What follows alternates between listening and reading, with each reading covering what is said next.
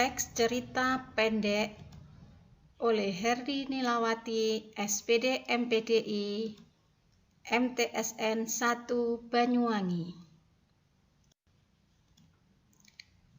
Assalamualaikum warahmatullahi wabarakatuh.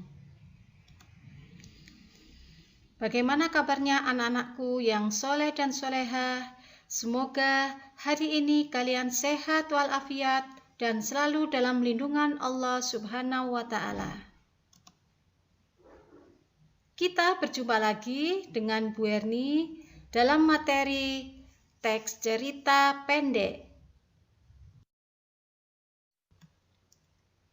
Adapun kompetensi dasarnya 3.5, mengidentifikasi unsur pembangun karya sastra dalam teks cerita pendek yang dibaca atau didengar. Adapun tujuan pembelajarannya, melalui belajar teks cerita pendek, siswa dapat 1. Memahami pengertian cerpen. 2. Mengidentifikasi unsur-unsur pembangun cerpen. 3. Menjelaskan unsur-unsur pembangun cerpen.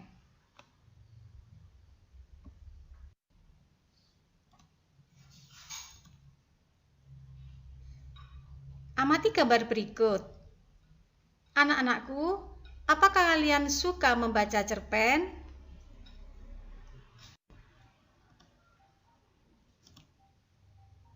Dengan membaca cerpen, kita mempunyai beberapa manfaat. 1. Sebagai media hiburan. 2. Menambah pengetahuan tentang imajinasi. 3. Meninggalkan kesan bagi pembacanya. 4. Motivasi hidup lebih baik.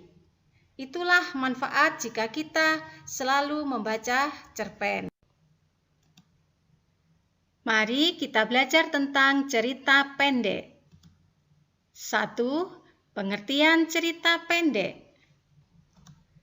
Cerita pendek yang biasa disingkat dengan cerpen adalah sebuah karya sastra pendek yang bersifat fiktif dan mengisahkan tentang suatu permasalahan yang dialami tokoh secara ringkas, mulai dari pengenalan sampai akhir dari permasalahan yang dialami oleh tokoh.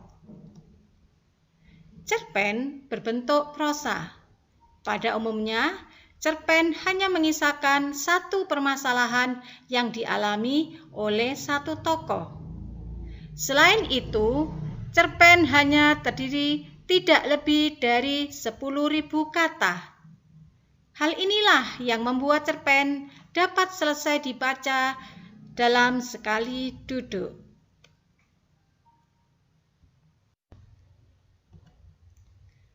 2. Unsur pembangun cerita. Unsur pembangun cerita dibagi menjadi 2, yaitu unsur intrinsik dan unsur ekstrinsik. Unsur intrinsik adalah unsur yang berasal dari dalam sebuah karya sastra. Contohnya, tema, penokohan, perwatakan, latar, alur, sudut pandang, dan amanat. Sedangkan unsur ekstrinsik adalah unsur yang berasal dari luar karya sastra. Contohnya, bahasa, latar belakang pengarang, nilai-nilai yang terkandung dalam sebuah cerita.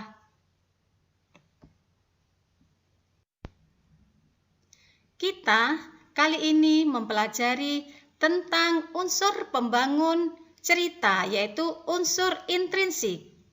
Unsur intrinsik terdiri dari tema, kemudian tokoh, perwatakan, latar, alur, sudut pandang, dan amanat.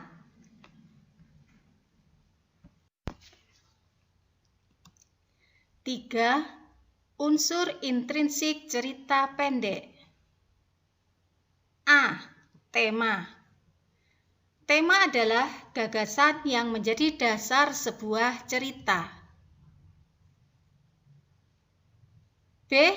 Tokoh adalah para pelaku cerita. C.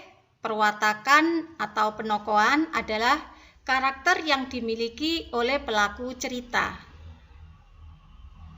Perwatakan dibagi 3, yaitu 1. Protagonis, yaitu tokoh yang mendukung jalannya cerita atau berwatak baik. 3.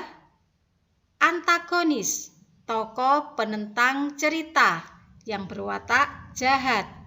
3. Tritagonis, tokoh pembantu, baik untuk tokoh protagonis maupun antagonis.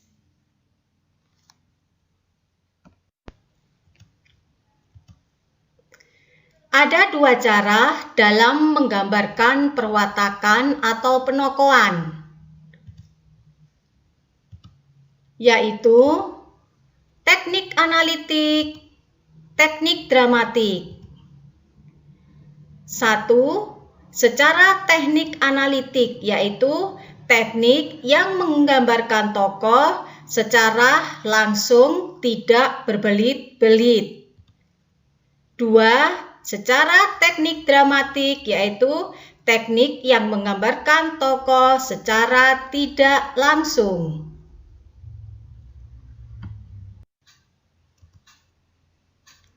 D. Latar. Latar adalah keterangan tempat, waktu, dan suasana terjadinya sebuah cerita. E. Alur. Alur adalah rangkaian dari peristiwa-peristiwa atau jalannya cerita. Tahapan alur adalah perkenalan, penampilan masalah, klimaks atau puncak ketegangan, dan anti klimaks, yaitu ketegangan menurun dan pelerian. Alur dibagi menjadi 2, yaitu alur maju yang disebut dengan progresif. 2. Alur mundur disebut dengan regresif. 3. Alur campuran. F. Sudut pandang. Sudut pandang adalah cara pengarang memosisikan diri dalam cerita. Dibagi menjadi 2, yaitu sudut pandang orang ke-1 dengan menggunakan kata ganti orang ke-1, seperti aku dan saya. 2. Sudut pandang orang ketiga dengan menggunakan kata ganti orang ketiga, seperti dia, ia, mereka, dan nama tokoh. G. Amanat. Amanat adalah pesan kehidupan yang disampaikan pengarang kepada pembaca.